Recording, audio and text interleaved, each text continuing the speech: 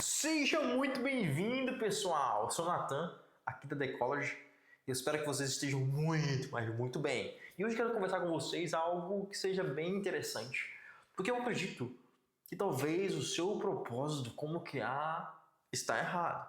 E eu quero fazer você pensar um pouquinho mais de como que você pode pensar qual é o seu verdadeiro propósito como criar. Será se você está testando do jeito certo? Será se você está agindo como QA de fato deveria agir, como um bom QA deveria estar atento à sua própria realidade? Talvez exista um verdadeiro propósito de QA que pouca gente sabe e que muita gente possa estar sendo influenciada de um jeito errado. E que talvez isso possa estar impedindo você de crescer na carreira? Talvez sim, talvez não. Mas eu quero te mostrar para você uma realidade que pode te ajudar a pensar muito mais sobre a sua carreira como qualidade, sabe? A sua carreira como QA, a sua postura como QA, o seu papel como QA. Eu acredito que esse vídeo vai conseguir trazer alguns insights que possam me ajudar. Então, talvez essa ideia, talvez você esteja testando errado.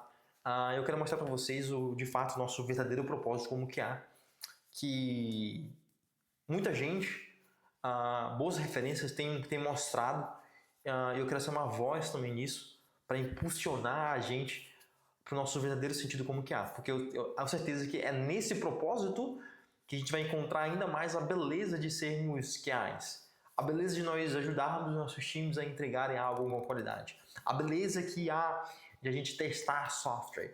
E tendo essa beleza, a gente consegue ajudar também na nossa carreira em si.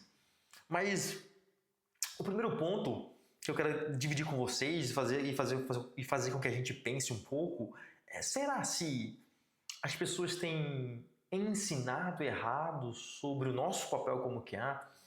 Porque quando a gente passa por alguns times, e eu vou dizer aqui das minhas experiências, quando eu passei por algumas experiências, eu percebi que a visão das pessoas em relação ao que o QA faz estava errado. E eu vou dar um exemplo bem simples e engraçado ao mesmo tempo. Tá? A gente vai falar muito sobre testador ágil, né? Então é um termo muito utilizado hoje em dia, sermos agile testers, né? Testadores ágeis, ainda mais com referências como a Lisa, a Janet, que trazem esse senso para a gente, né? sobre sermos testadores em uma metodologia ágil, basicamente essa ideia.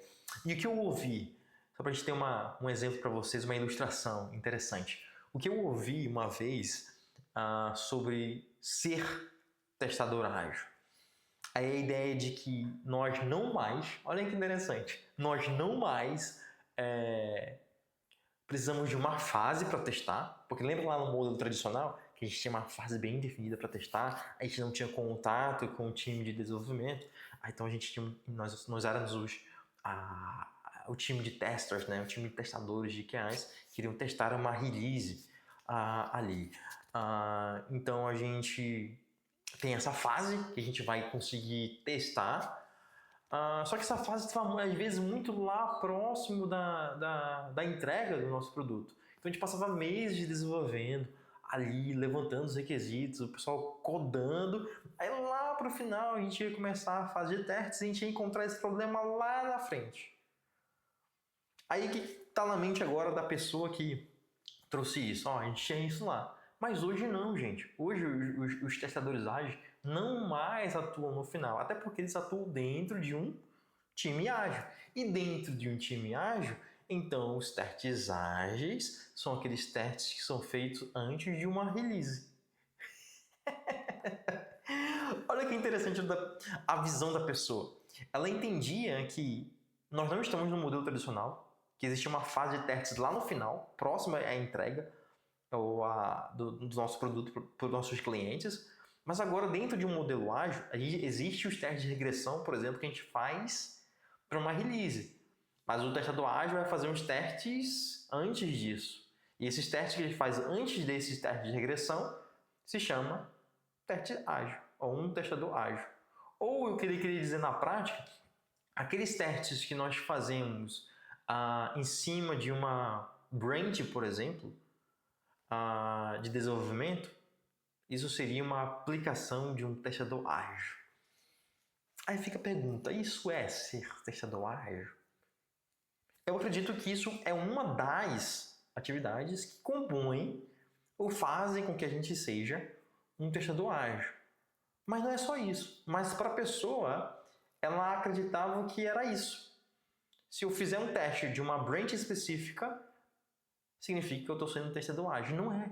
E não é. E ela espalhava essa informação aí para todo o time, basicamente. Então eu acho que ensinaram a gente, ou pessoas têm propagado ideias errôneas sobre o nosso papel como QA e tem diminuído o nosso alcance como QAs. Eu acredito que seja bem isso.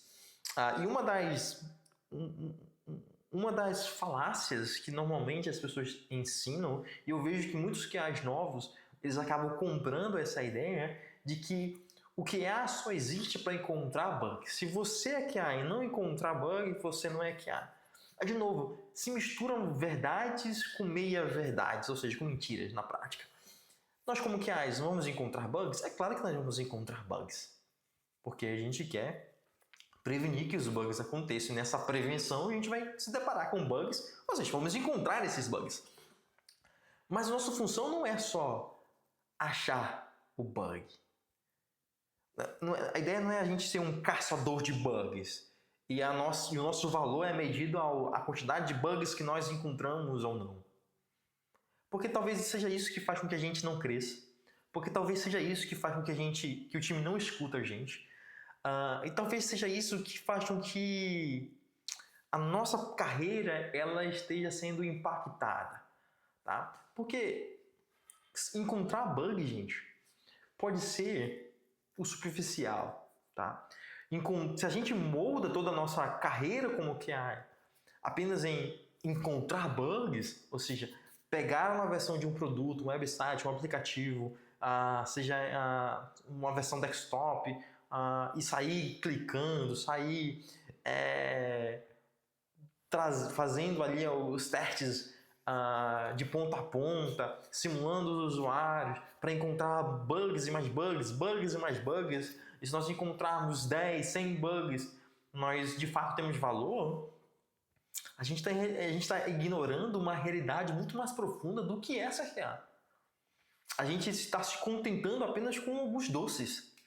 A gente está apenas se contentando com algumas balas em nossas mesas que de fato não saciam a nossa fome, que de fato não nutrem o nosso papel como QA.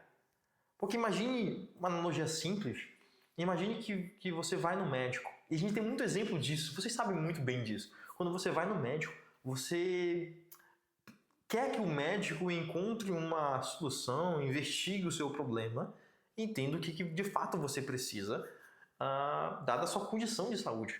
E quantos de nós já não fomos em médicos e eles simplesmente não olharam pra gente e receitaram uma dipirona, um paracetamol, um ibuprofeno? Mas, cara, peraí, não fez nenhum exame, nada, não analisou nada, não investigou nada. É sério mesmo isso?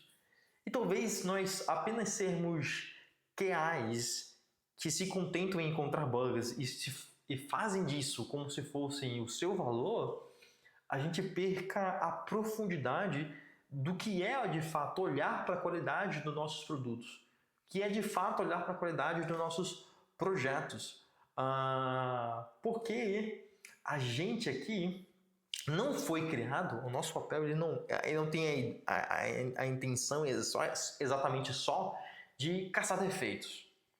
A gente não pode ser apenas caçadores de defeitos.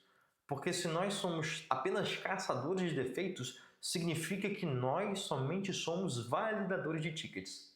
A gente recebe um ticket, a gente recebe uma user story, a gente executa uma user story, um start de uma user story. a fim de encontrar problemas.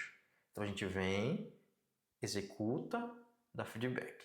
A gente vem, analisa ali por cima aquela funcionalidade, escreve um cenário qualquer e espera encontrar algum defeito. E às vezes sai clicando aí por todos os cantos, né? Entendendo até mesmo errado o que são testes exploratórios. Percebe?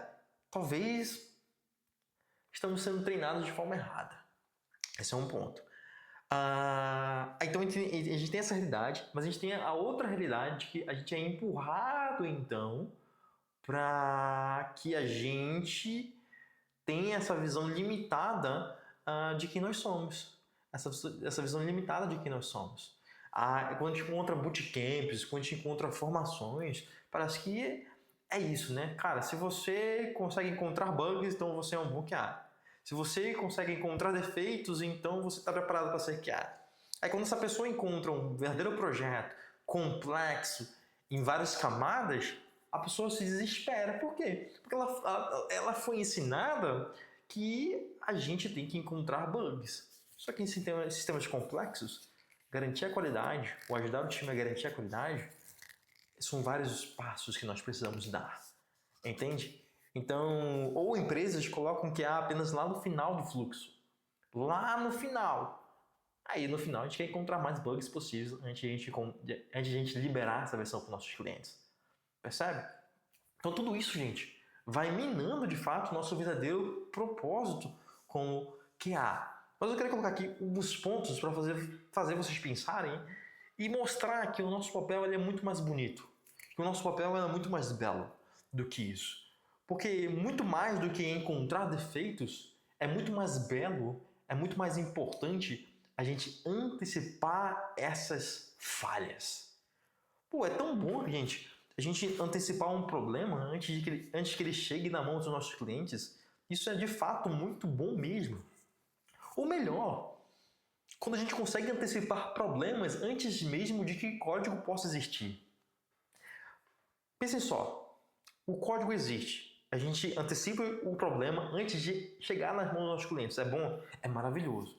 Mas imagine só a gente fazendo uma análise profunda dos requisitos a fim de encontrar inconsistências, ambiguidades ou funcionalidades que não fazem sentido para a realidade dos nossos produtos ou que mudanças que nós iríamos fazer podem impactar cenários críticos, fluxos críticos do nosso produto. Ou seja, o código não existe. Mas a gente já fez uma análise profunda, conheceu os nossos produtos, a fim de alertar. Isso vai dar problema, gente. Isso não está certo, isso está inconsistente, isso falta informação. Isso é muito mais importante, gente, do que apenas encontrar bugs lá no final. Entende? Olha a visão já mudando o nosso papel como QAs. A gente, com essas informações, a gente consegue dirigir o time a ter tomada de decisões. Perceba, né? Eu e você que vamos fazer essas tomadas de decisões, tá? Mas a gente vai dar informações para o time. Quando a gente pensa em qualidade, então o nosso papel como QAs, pensem só que a gente está analisando, coletando informações e dando feedback. Pense nessa tríade aqui. Analisando, coletando informações e dando feedback. É toda hora, gente, toda hora. Toda hora a gente está experimentando os nossos softwares a fim de que a gente colete o máximo de informações possíveis a fim de a gente alertar para os nossos times. Cara, tá bom. Cara, não tá legal. A gente pode ir por esse caminho. Gente, tá horrível a qualidade. Gente, a gente tem esse problema. A gente tem X, Y, Z acontecendo. O que nós vamos fazer? Gente, isso aqui é muito crítico. Não, isso aqui é mais suave, gente. Ou seja, aquilo que a gente analisa, aquilo que a gente coleta e aquilo que dá feedback ajuda o time a tomar decisões também. Muito mais importante do que encontrar apenas defeitos lá no final. Entende? Então percebam essa identidade nova. A gente vai fazer com que o nosso produto, então, ele faça sentido para os nossos usuários. Porque se o nosso produto tem que resolver um problema, a gente tem que resolver um problema dos nossos usuários. Não adianta nada nossos produtos, nossos sistemas terem cobertura de testes, terem testes funcionais, testes não funcionais, tudo uma maravilha rodando, pipeline, mas ele não resolve o problema dos nossos clientes. O que adianta? Nada, não adianta nada. Esse produto não tem qualidade. Porque produtos são para resolver problemas dos nossos clientes, desde algo mínimo, desde algo mais complexo. Temos que resolver. Então a gente vai dando sentido, de fato, para os nossos produtos, porque a gente está olhando para os nossos usuários finais. A gente quer entregar um produto com qualidade, mas a gente quer também que ele resolva o problema dos nossos clientes. Só que pense só, para a gente conseguir fazer, gente, toda essa dinâmica de não só olhar para os defeitos lá para o final, mas a gente conseguir fazer essa análise, coletar informações e dar feedback, isso vai exigir de nós que nós comecemos a entender muito mais da arquitetura e fluxo de dados dos nossos produtos. Pensa só que nosso papel como QA não é só a gente receber em nossas mãos apenas um website, apenas um aplicativo. Baixa o aplicativo aí e testa. Entra nesse endereço aí e testa esse website. Não, gente. Nosso papel não é somente isso. Claro que existe uma atividade para isso, dentro de teste de software. Mas o nosso papel, se a gente quer analisar bem, coletar bem, para dar um feedback bem, significa que nós precisamos entender muito mais da arquitetura dos nossos produtos. Porque, se nós queremos entregar um produto com qualidade, isso significa que nós temos que olhar para o nosso produto de forma holística. E olhar de forma holística não é só olhar em nível de negócio, de entender as features, as regras de negócio, como elas se comunicam, não. Mas entender como que existe uma arquitetura que dá vida a essas regras de negócio. Se nós estamos testando essas regras de negócio, é porque existem componentes que estão sendo criados para dar vida a essas regras de negócio. Então é muito importante que a gente entenda esses componentes. Logo, entendendo a arquitetura. E entendendo a arquitetura vai abrir muito mais a nossa visão como QAs para tipo de testes diferentes, criticidades que antes a gente não via, talvez uma comunicação externa, talvez uma questão de banco de dados, talvez a gente precise fazer um teste de performance, talvez exista uma sensibilidade em refatorar uma feature por conta da arquitetura, por conta do acoplamento que existe no código, e assim por diante. Então perceba que um entendimento de uma arquitetura e como os fluxos de dados eles passam do front-end para o back-end, para o banco de dados, aí como que essa comunicação é feita, HTTP, gRPC, fila, tudo isso faz com que a nossa visão como QA aumente ainda mais e nós enxerguemos o nosso produto de forma bem holística, gente. E isso faz com que a gente colete bem, analise bem e dê feedback bem e se preocupe de fato com a qualidade dos nossos produtos. E tudo isso vai culminar para onde, gente? Vai culminar para que a gente possa enxergar, pensar mais sobre os riscos, pensar mais sobre o impacto e pensar mais sobre os custos. A gente vai entender, cara, qual é a análise de risco que a gente faz aqui? Nossos testes vão ser orientados a riscos. Como que é o impacto dessa funcionalidade ou dos problemas que podem acontecer? O impacto é alto, baixo, crítico? Como a gente vai resolver esse bug que apareceu? Qual o impacto dele em nossos sistemas? O quanto isso vai nos custar? Então a gente começa a entender em nível muito mais estratégico as nossas atividades ou a qualidade como um todo. Qualidade ela não fica isolada apenas em um time. Qualidade ela não fica isolada apenas em mim como QA, mas ela passa a atingir de forma holística todo o nosso time, todo o nosso projeto e o que nosso desejo é que impacte também a empresa como um todo, e tudo isso vai fazer com que nossos clientes estejam felizes utilizando os nossos produtos, porque a gente está pensando nisso. E a gente vai criar cada vez mais, gente, uma consciência crítica das nossas atividades, da qualidade que nós temos, de como nós conversamos com os nossos pares, seja um desenvolvedor, seja um UX, design, PO, PM, ou seja, DevOps, porque a gente vai estar com um pensamento muito mais holístico de qualidade. Percebeu onde a gente já chegou, gente? A gente não deixou de ser aqueles caçadores de defeitos lá no final para nos tornarmos aqueles caras, aquelas pessoas que de fato pensam em qualidade de forma muito mais holística, enfim. Então, gente, a gente tem um papel muito mais do que sermos apenas os caçadores de bugs. Muito mais do que apenas sermos aqueles caras, aquelas pessoas que querem encontrar problemas no final do nosso processo. A gente deixa uma vaidade ela ser deixada de canto, né? a gente deixa ela, na verdade, nós deixamos ela de canto, que não mais nos importamos em quantos bugs vamos abrir, mas nos importamos muito mais quantos bugs nós não queremos abrir, quantos bugs mais nós queremos evitar com que eles aconteçam. E se para isso for necessário eu entender mais dos meus produtos, então que eu entenda mais do meu produto, entenda muito mais da minha arquitetura. Então, eu entenda em nível estratégico a minha qualidade, entenda de forma holística o meu negócio, e entenda de forma holística a minha arquitetura. Pense só se você vai, por exemplo, testar um cupom de um e-commerce.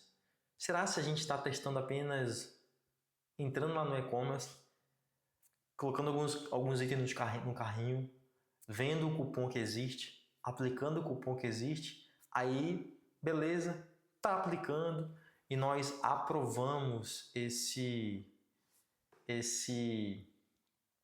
essa funcionalidade. Será que é isso? Mas será que a gente está esquecendo de algo mais profundo que está acontecendo por trás? Será se essa funcionalidade ela é feita utilizando cache? Será se o cache está sendo atualizado? Ou será se existe uma comunicação ali através de fila com Kafka, com Azure Service Bus? Quando existe concorrência de usuários, o que acontece com essa aplicação de cupons? E as outras regras de negócio que são envolvidas? Como esse impacto financeiro? Será se existe segurança para essa funcionalidade, para que a gente possa utilizar somente uma vez, não outras vezes? Ou existe um bypass se eu acessar o banco e conseguir reutilizar, expirar ou não esse cupom? Ou será que essa comunicação de cupom, quando ela expira, ou a quantidade de cupons acaba, essa comunicação é feita com outro serviço, via gRPC? E se essa comunicação falha, o que acontece?